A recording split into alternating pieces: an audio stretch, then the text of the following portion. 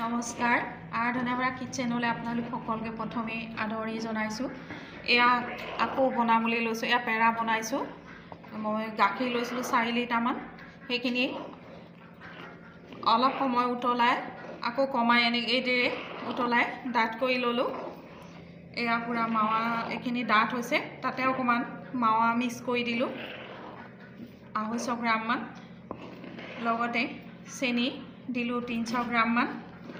এয়া এতিয়া ঠাণ্ডা হ'বৰ কাৰণে পেৰাখিনি পাকটো বনাবৰ জোখত হ'বৰ কাৰণে এয়া লৰাই আছো। প্ৰায় হৈছেগে। এয়া পেৰা বনাবলৈ লৈছো। এইখিনি পাকটো উঠাবৰ কাৰণে মই দুটা ভাগ কৰি ললো। এয়া লাষ্টত নন ষ্টিকখনলৈ মই অলপ কাঢ়ি ললো। কাঢ়ি পেলাই এয়া পাকটো উঠিছে পুৰা ভালছে। এয়া টান হৈ আহিছে। এয়া এতিয়া মই চেপবোৰ বনাবলৈ হাত ধুই আহিছো।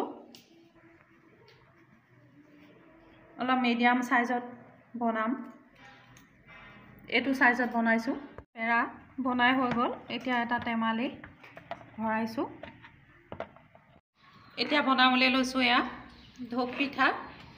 এইখিনি পিঠাগুড়ি আৰু গুড় গুলি লৈছো। হানি জোখত এয়া তিয়াই থৈছিলো 3-4 ঘণ্টা। পিঠাত মিলাবৰ কাৰণে অলপ চফ গুড়ি কৰি ল'বলৈ এয়া টাৱাত অকমান গৰম কৰি লৈছো। ইয়াত অলপ চফ গুড়ি কৰি মিক্স কৰি দিছো। নাৰিকলৰ ভজা গুড়ি ইয়াত দি দিছো। এতিয়া ভালকে মিক্স কৰি লম তল ওপৰ কৰি। এইখিনি ইয়াত ভালকে মিক্স কৰি লৈছো। এইখন সৰু হেতা লৈছো। এইখনে ইমান সাইজত লৈ পিঠাবোৰ ভাজি যাম। তেল গৰম কৰিলো। মিঠাতেল লৈছো ভাজিবৰ কাৰণে। এয়া এটা পিঠা দি ঘূৰাই পেলাই দিম।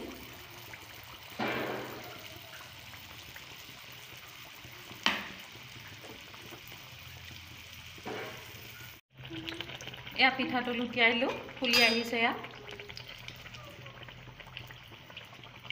এটা সাইড ৰঙা হ'লে এইটো সাইড লুটিয়াই দিম। এইদৰে সিজি যাব ভিতৰটো।